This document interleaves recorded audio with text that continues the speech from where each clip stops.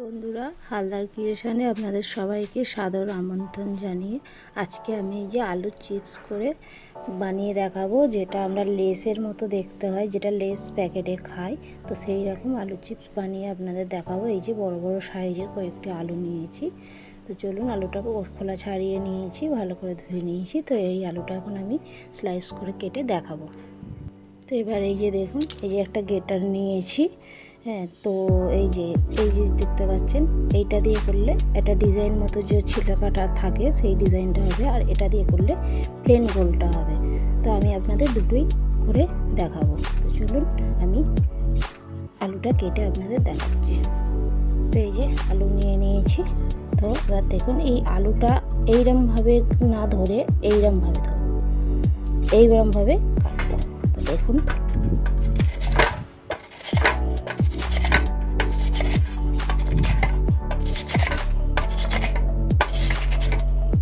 এই যে দেখায় আপনাদের, এই যে দেখুন কত পাতলা দেখতে পাচ্ছেন, একটা এই যে ডিজাইন এসে গেছে। তো এইভাবে আমি আলুগুলো কেটে নেবো, আর এই উপরেরটা দিয়ে করলে গোল গোল হবে, এটা আমি আপনাদের পরে দেখাচ্ছি কেটে। দেখুন কত সহজেই বাড়িতে বানিয়ে নেওয়া যায়, আর বাচ্চাদের এটা তো খুব প্রিয় জিনিস। তো আলুগুলো কাটার সাথে সাথে জলের মধ্যে দিয়ে দিতে হবে, নাহলে এগুলো লাল হয়ে যাবে। তো এই যে এগুলো আমি জলের মধ্যে, এই যে এখানে জলের মধ্যে দিয়ে দিচ্ছি সব।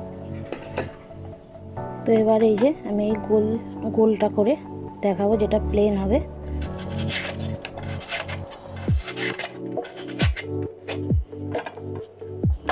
দেখুন এই যে এগুলো পুরো প্লেন হয়েছে। তো চলুন, এইভাবে সব আলুগুলো আমি কেটে জলে দিয়ে দিই। তো এই যে আলুগুলো আমার সব কাটা হয়ে গেছে, দেখুন কত হয়েছে, এক গামলি হয়ে গেছে। তো এই যে এগুলো এখন আমি এই আলুটা, এই যে দেখতে পাচ্ছ কত নোংরা জল। তো এই আলুটা 6 থেকে 7 বার ভালোভাবে ধুতে হবে, আর জলটা একদম চকচক করবে। এই যে আলুটা আমি পরিষ্কার করে ধুয়ে নিয়েছি, দেখছি জলটা দেখে বুঝতে পারছি একদম চকচক করছে। তো এখন আমি এগুলো মিনিট 5 মতো আমার এটা জলে ভেজানোই ছিল। তো আমি এটা এখন থেকে এই যে এই ঝাঁঝিটার মধ্যে সব জলটা ভালো করে ঝরিয়ে নেবো। তারপর একটা শুকনো কাপড় পেতে এগুলো একটা একটা করে শুকনো করবো, কিন্তু রোদে দেওয়া যাবে না। পাখার হাওয়ায় দিতে পারেন, কিন্তু রোদে দেওয়া যাবে না। এগুলো এমনি ফাঁকা জায়গায় বা নিজের মধ্যে আরে কাপড় বিছিয়ে ভালো করে জলটা শুকনো করে নিতে হবে। তো চলুন, আমি এগুলো এখন ছেঁকে নেব। তো এই যে সব আমি ঝাঁকার মধ্যে নিয়ে নিয়েছি। তো এই জলটা ভালো করে একটু এইভাবে ঝাঁকিয়ে নেবেন, দেখবেন তলা দিয়ে জলগুলো পড়তে থাকবে। তো এই জলটা ঝাঁকিয়ে নিয়ে আমি এই যে শুকনো কাপড় পেতে দিয়েছি, সুতির কাপড়। তো এর মধ্যে আলুগুলো একটা একটা করে মিলে দেবো। তো এই যে দেখুন, এইভাবে একটা একটা করে সব মিলতে হবে, সবই সিঙ্গেল সিঙ্গেল করে দিতে হবে এইভাবে।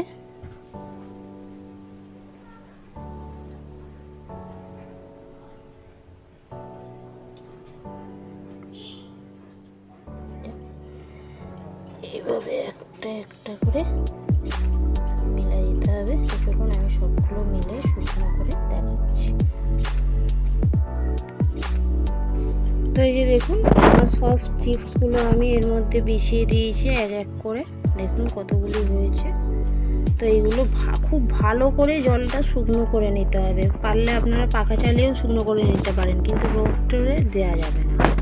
ঠিক আছে, তো চলুন ফিরে আসছি। আলুর জল দেখুন, আলুগুলো খুব ঝরঝরে হয়ে গেছে। এখন আমি এই উপর থেকে একটা শুকনো কাপড় নিয়ে এইভাবে উপরে যদি জল থেকে থাকে তো সেটা শুকনো হয়ে যাবে।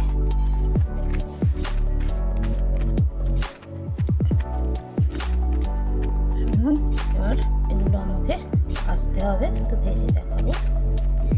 তো এই যে কতগুলো আলু হয়েছে দেখতেই পাচ্ছেন, আলুর চিপস বানাবো। তো এদিকে একটা কড়াইতে সাদা তেল গরম করতে বসিয়ে দিয়েছি। তো তেলটা গরম হলে তারপর ছাড়বো।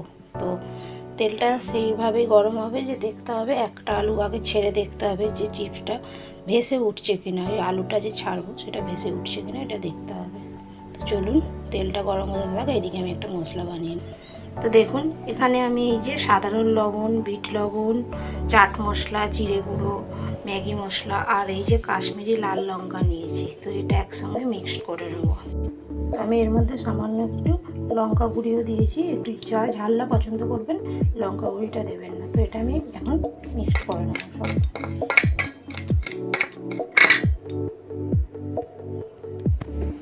এই যে মশলাটা আমার মেশানো হয়ে গেছে। তো চলুন এবার দেখি তেলটা গরম হলো। তো এই যে দেখুন আমি একটা আলু ছেড়েছি, এই দেখুন তেলের মধ্যে সহজেই ভিজে উঠছে। তো এইভাবে তেল হয়ে গেলে এর মধ্যে চিপসগুলো এবার একসঙ্গে অল্প অল্প করেই দেবো।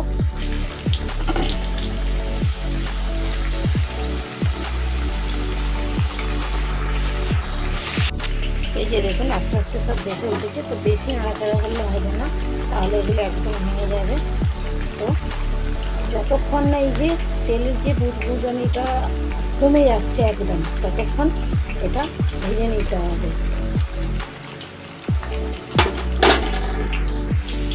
তো সাবধানে একটু নাড়াচাড়া করে দিতে হবে। আর আর দেখুন আগুনটা একদম লো টু মিডিয়াম ফ্লেমে রাখতে হবে। তো এইভাবে একটু ধীরে ধীরে সময় নিয়ে ভাজতে হবে। তো আরেকটা কথা বলে রাখি, কোনোভাবে কিন্তু আলুর মধ্যে লবণ দেওয়া যাবে না, কারণ লবণ দিলে এটা জল কেটে যাবে। আর তখন আলুর চিপস যতই আপনি করে ভাজেন তখন নরম হয়ে যাবে। তো এই জন্য আমি এই যে মশলার সাথে লবণটা মিক্স করে রেখেছি। তো এই যে ধীরে ধীরে দেখুন তেলের বাউলসটা কমতে শুরু করেছে। তো এটা একদম পুরো কমে যাবে। আর একটু লাল লাল করে আমি ভাজবো। তো এটা একদম পুরো কমে গেলে তখন জানবেন যে এই চিপসগুলো আপনার ভাজা হয়ে গেছে। তো ধীরে ধীরে রঙটা দেখুন চেঞ্জ হতে শুরু করেছে। তো এই যে দেখুন কতটা ফ্রাই করে আছে, এই পাচ্ছেন আওয়াজ শুনে ভেঙে দেখাচ্ছি একদম ধীরে। তো এইভাবে আমি সবগুলো চিপসগুলো আমার এক থালা চিপসগুলো ভাজা হয়ে গেছে। এখন আমি এর মধ্যে মশলা মাখিয়ে নেব। তো যদি প্লেন বাচ্চারা থাকে ঝাল না খেতে চায়, তো এখান থেকে শুকনো আলাদা তুলে রাখতে পারেন। তো আমার তো সেরকম কেউ বাচ্চা নেই, তো আমি এখানে আর অনেক দিন শুকনো আলাদা রেখে দিলে স্টোর করে রেখেও দিতে পারবেন। তখন যখন খাবেন তখন একটু মশলায় লবণ টবণ মিশিয়ে খাবেন। তো এই যে মশলা আমি দিয়ে দিচ্ছি উপর থেকে।